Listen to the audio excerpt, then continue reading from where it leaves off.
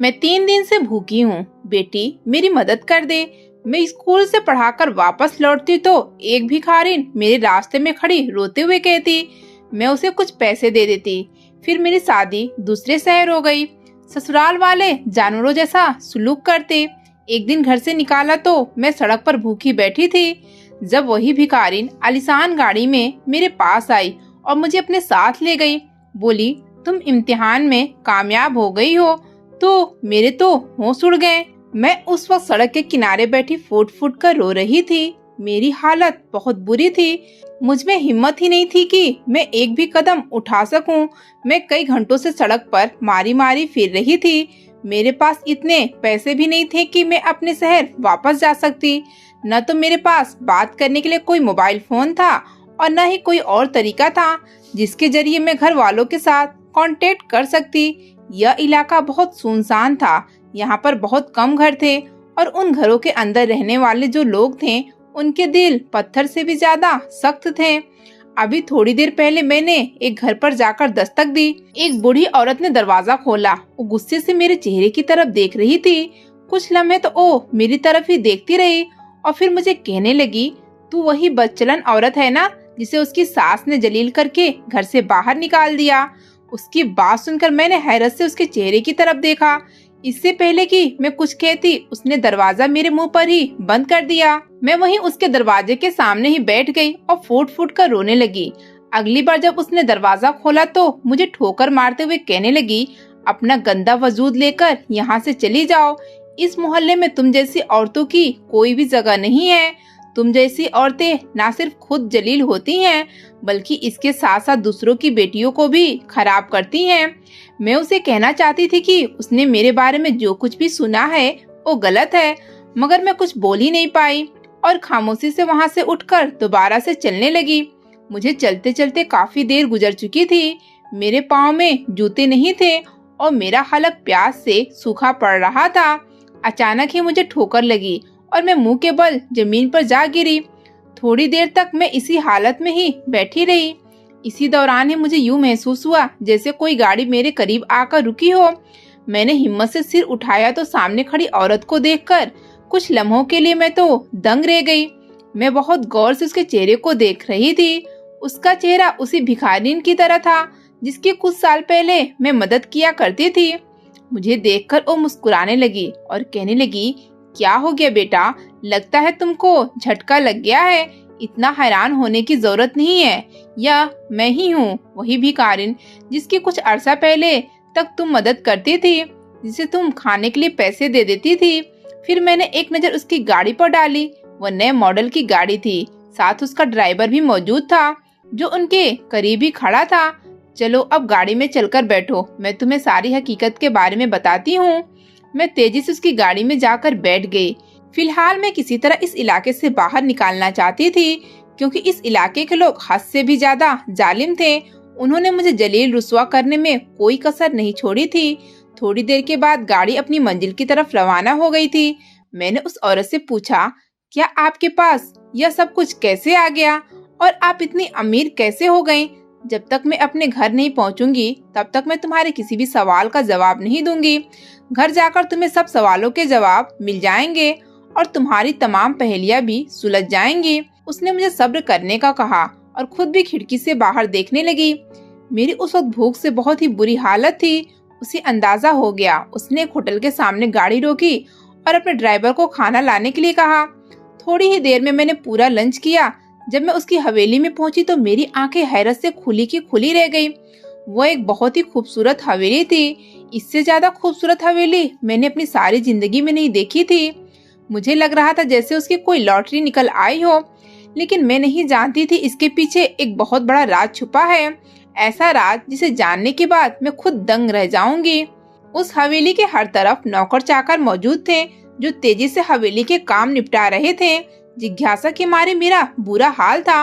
अब तो मुझे बता दे कि आपके पास यह सब कुछ कैसे आया और यह भी बता दे कि आपने मेरी मदद क्यों की। सबसे पहले मैं तुम्हारे दूसरे सवाल का जवाब दूंगी। मैं तुम्हारा एक इम्तिहान ले रही थी। उसकी बात सुनकर मैंने हैरत से उसके चेहरे की तरफ देखा। क्या मतलब इस बात का? मुझे गुस्से में देखकर वो मुझे सुकून से रहने का इशारा करने लगी और कहने लगी, यूं इतना हाइपर होने की जरूरत नहीं है। पहले मेरी बात गौर से सुनो और फिर जिस हकीकत के बारे में उसने मुझे बताया वो सुनकर मुझे लगा कि मेरे कदमों के तले से जमीन निकल गई हो। मैं सोच भी नहीं सकती थी कि तेज तपती दोपहर थी। मैं सर पर रजिस्टर रखे खुद को धूप से बचाने की नामुमकिन कोशिश कर रही थी। मेरी तबीयत ठीक नहीं थी, इसलिए मैं जल्द ही स्कूल से निकल आई थी। अभी रास्ते में ही पहुंची थी कि एक भिखारी ने मेरे पास आई और मुझे कहने लगी, भगवान के लिए मुझे थोड़े पैसे दे दो। यह वही भिखारिन थी जिसकी कल मैंने मदद की थी। अपनी शक्ल सूरत और बोलने के अंदाज से वो कोई सुलझी हुई औरत लगती थी। मुझे यही लगा था कि कोई बहुत ही मजबूर औरत है, इसलिए ही मांगने के लिए घर से निकली है। मैं भी बगैर चूं चा किए उसकी मदद कर देती थी। जैसे ही घर के अंदर दाखिल हुई, चाची की गुस्सैली आवाज मेरे कानों में पड़ी। अब मैं और इस लड़की को बर्दाश्त नहीं कर सकती। इसका वजूद मुझे किसी भी सूरत काबिले कबूल नहीं है। या तो इसे कहें कि यहाँ से निकल जाए या फिर इसकी किसी लूले लंगड़े के साथ शादी कर दें, क्योंकि अगर इसकी शादी किसी अच्छे घर की तो दहेज भी देना पड़ेगा और मेरे पास दहेज के पैसे नहीं हैं। चाची की बात सुनकर मेरी आंखों में आंसू आ गए थे। मैं उन्हें खुश करने की हर मुमकिन कोशिश करती थी, लेकिन वो कभी भी मुझसे खुश नहीं हो सकती थी। अब तो मैंने प्राइवेट स्कूल में पढ़ाना भी शुरू कर दिया था। अपनी पूरी तनख्वाह मैं अपनी चाची के हाथों में रख देती थी। 2 दिन तो खुशी में निकल जाते, लेकिन 2 दिनों के बाद उनका रवैया दोबारा से खराब हो जाता था। मैं पूरा महीना उन 2 दिनों के बारे में ही सोचकर गुजार देती थी कि चलो थोड़ी देर के लिए तो चाची का रवैया नरम होगा, मगर अब सब कुछ बर्दाश्त से बाहर होता चला जा रहा था। दादी अपना सर दोनों हाथों में गिराकर बैठी हुई थी। अचानक ही उनकी नजर मुझ पर पड़ी और उनकी आंखों में आंसू आ गए। चाची ने मुझे देखा तो कहने लगी, लो जी, आ गई महारानी साहिबा।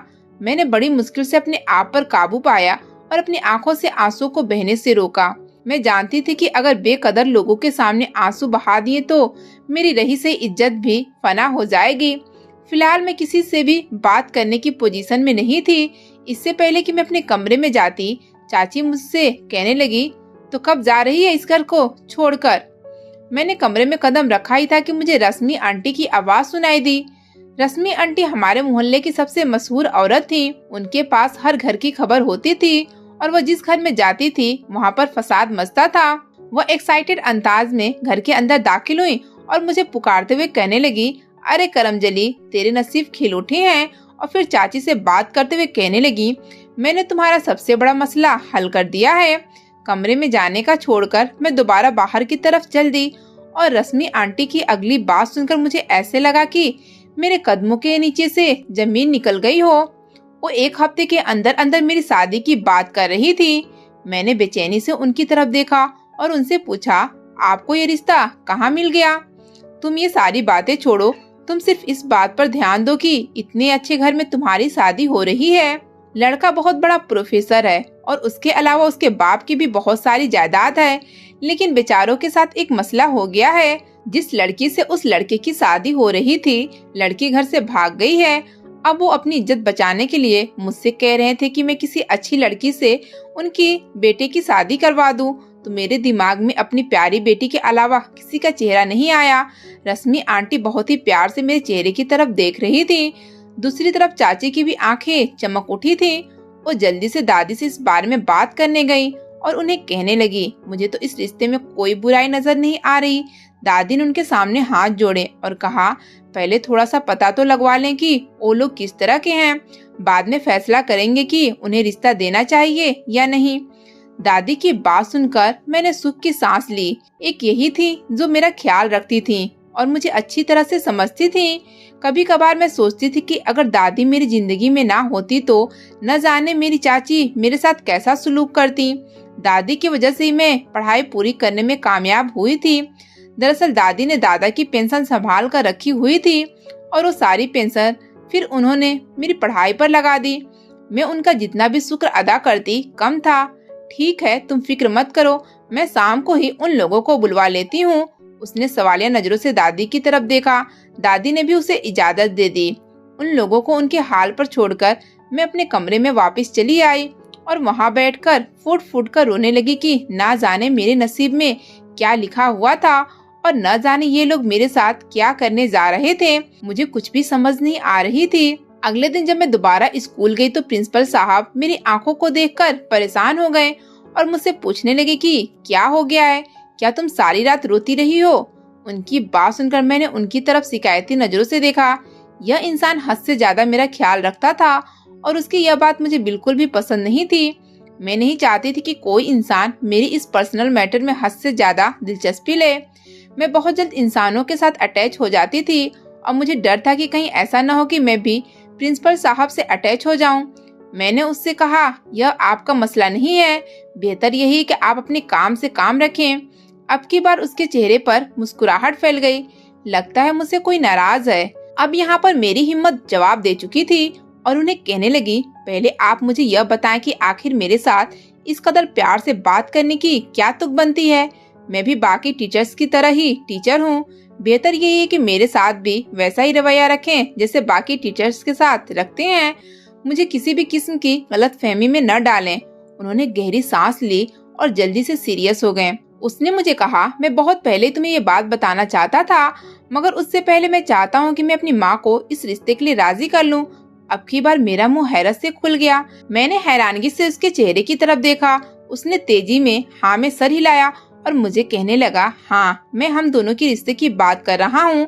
मैं तुम्हें पहले ही दिन से बहुत पसंद करता हूँ। जिस दिन मैंने तुम्हें देखा था उसी दिन ही फैसला कर लिया था कि मैं सिर्फ तुमसे शादी करूँगा, मगर मुझे इसके लिए अपनी माँ को मनाना पड़ेगा। यह कहकर वो कुछ लम्हों के लिए खामोश हो गया। मतलब आपकी माँ इस रिश्ते के लिए राजी नहीं है? मैंने उससे पूछा। उसने कोई जवाब न दिया। मेरी उम्मीद यहाँ पर ही टूट गई। मैंने उसे दो टूक अंदाज में कहा, अगर आप मेरे घर में रिश्ता नहीं ला सकते तो मुझसे इजहार करने की भी जरूरत नहीं है। और जहाँ तक शादी करने की बात है तो मेरा एक बहुत ही अच्छे घर से रिश्ता आया है। हो सकता है कि बहुत जल्द मेरी शादी हो जाए। उसने तड़प कर मेरे चेहरे की तरफ देखा और कहने लगा, ये तुम किस तरह की बातें कर रही हो? मैं तुमसे मोहब्बत का इजहार कर रहा हूँ और तुम जुदाई को बीच में ला रही हो। आपको मुझसे शिकायत करने का कोई हक नहीं है।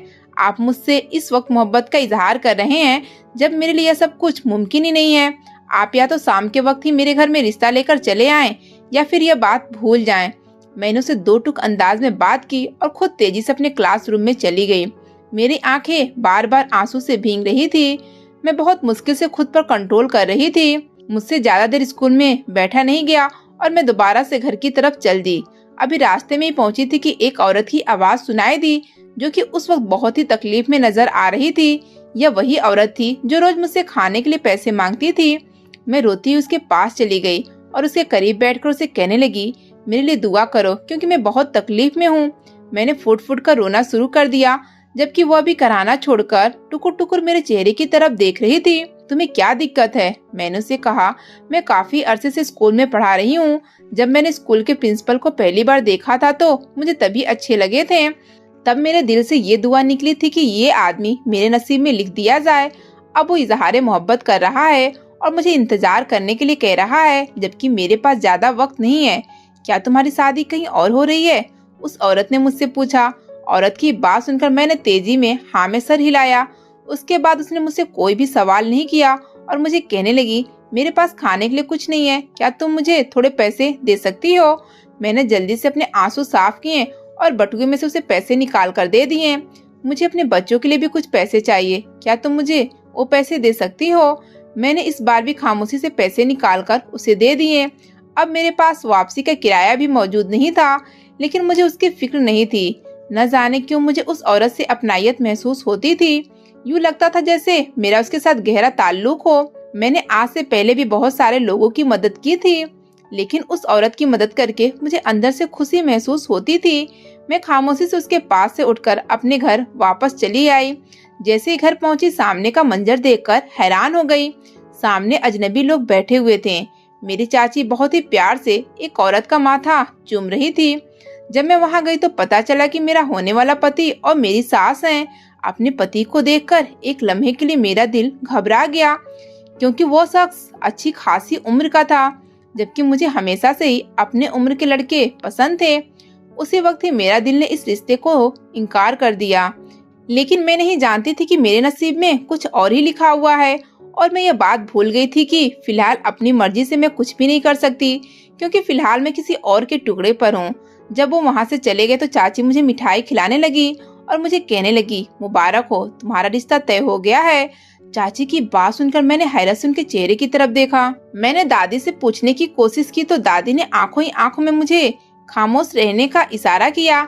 मैं ना चाहते हुए भी खामोश हो गई। जब चाची वहाँ से चली गई तो मैं दादी की तरफ गई और उनसे पूछा, क्या आप ये सब कैसे कर सकती हैं? आपको अच्छी तरह से अंदाजा है कि मैं इतनी बड़ी उम्र की मर्द से शादी नहीं कर सकती। देखो बेटा, मैंने बहुत सोच समझकर यह फैसला किया है। तुम अपनी चाची को बहुत अच्छे तरीके से जानती हो। वो तुम्हें किसी भी इंसान के साथ ब्याह देंगी और तुम पर जरा भी रहम नहीं खाएंगे। मैं इन लोगों से मिली हूँ, वो लोग तुम्हारी सोच से भी ज्यादा अच्छे हैं और सबसे बड़ी बात तो ये है कि वो पढ़े लिखे लोग हैं। मुझे यकीन है कि तुम वहाँ अच्छी जिंदगी गुजारोगी। वो तुम्हारा बहुत ख्याल रखेंगे। तुम्हारी सास मुझे बहुत ही मजबूर लग रही थी। वो मेरी बहुत मिन्नतें कर रही थी और कह रही थी कि मैं एक बार रिश्ता तय कर दूं, फिर वो हमें किसी भी किस्म का शिकायत का मौका नहीं देंगी। दादी भी इस रिश्ते पर राजी लग रही थी और फिर वो मुझे काफी देर तक बैठी समझाती रही। मैंने फिर उनकी बात मानने का फैसला कर लिया, लेकिन अगले दिन मैं एक बार प्रिंसिपल साहब से भी इस बारे में बात करना चाहती थी। मैंने अपनी सेल्फ रिस्पेक्ट को कुचलने का फैसला किया और सोचा कि प्रिंसिपल साहब को जाकर बोलूंगी कि वो हर हाल में मेरे घर रिश्ता लेकर आए, या फिर कम से कम वो मेरी दादी से ही बात कर लें और उनसे थोड़ा सा वक्त मांग लें। फिर जब उनकी माँ राजी हो जाएंगी तो बाकी की बात बाद में देख लेंगे। पूरी रात मैं सोचती रही कि प्रिंसिपल साहब से कैसे बात करनी है। फिर सुबह जब मैं स्कूल पहुंची तो मायूस हो गई, क्योंकि आज प्रिंसिपल साहब स्कूल नहीं आए थे। मेरा दिन बहुत ही बुरा गुजर रहा था। मेरा किसी भी काम में दिल नहीं लग रहा था। मैंने एक जानने वाले टीचर से उनका नंबर लिया और उन्हें कॉल मिलाई, मगर उनका नंबर भी बंद जा रहा था।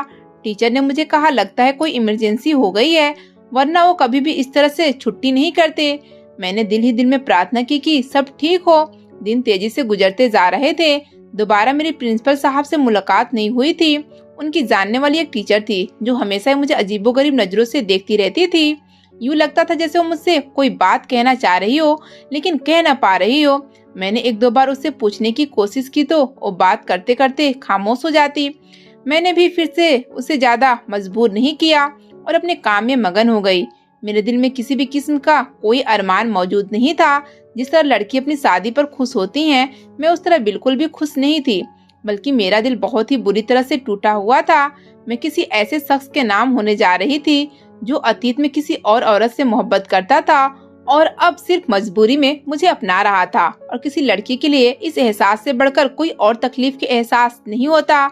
दूसरी तरफ मेरी चाची का खुशी से बुरा हाल था। वो बार बार मुझे गले लगाती और मेरे माथे को चूमती। मैंने अपनी दादी के भरोसे ये रिश्ता मानने का फैसला किया था।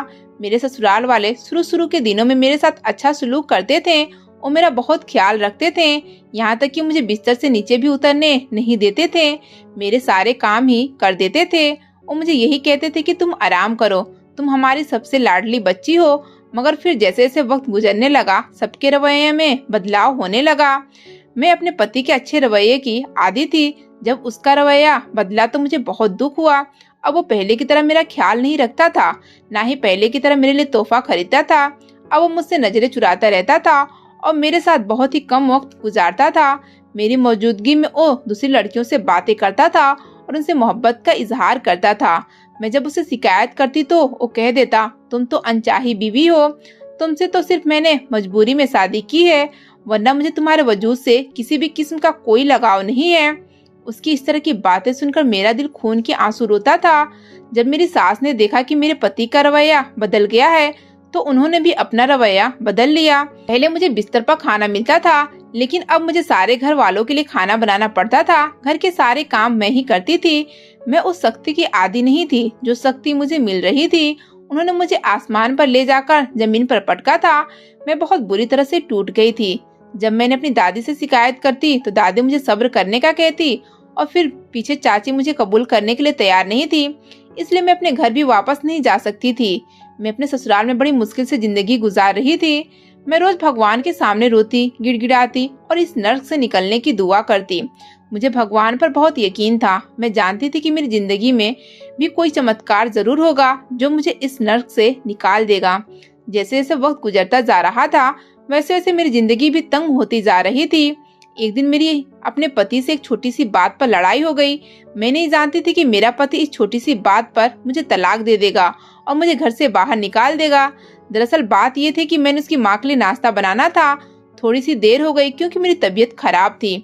इसी पर हम दोनों की बहस शुरू हो गई और यह कमजोर रिश्ता हमेशा हमेशा के लिए टूट गया। मेरी सास ने मुझे धक्का देकर घर से बाहर निकाल दिया।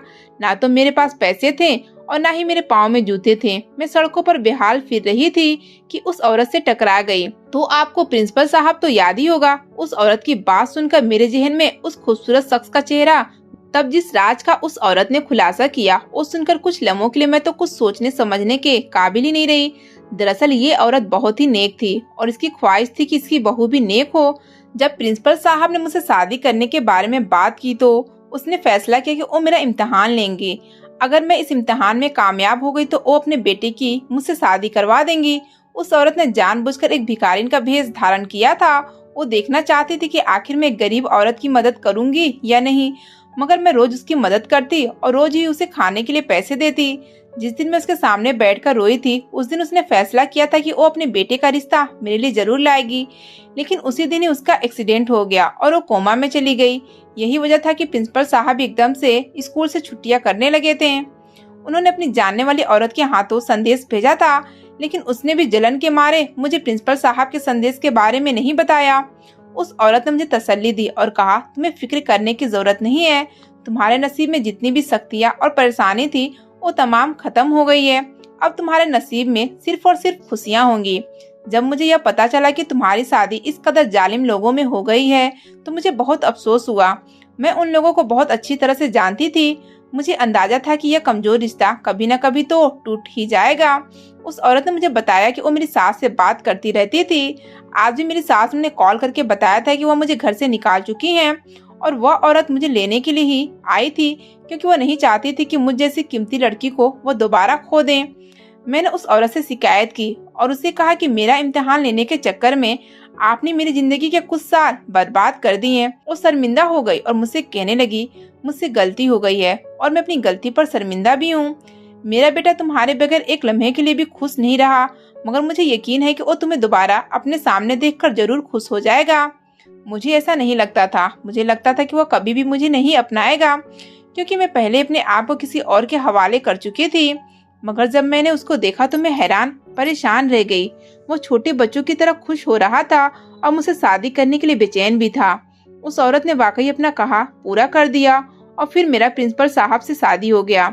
उससे शादी करके मैं बहुत ज्यादा खुश थी। ना सिर्फ मुझे मेरी मोहब्बत मिल गई थी, बल्कि इसके साथ साथ मेरी जिंदगी भी संवर गई थी। वो तमाम खुशियाँ जिनके लिए मैं एक लंबे अरसे से तरस रही थी, वो सभी मेरे दरवाजे पर दस्तक दे रही थी। अगर आपको आज की कहानी पसंद आई है तो वीडियो को जरूर लाइक कीजिएगा और अपने दोस्तों के साथ भी शेयर कीजिएगा।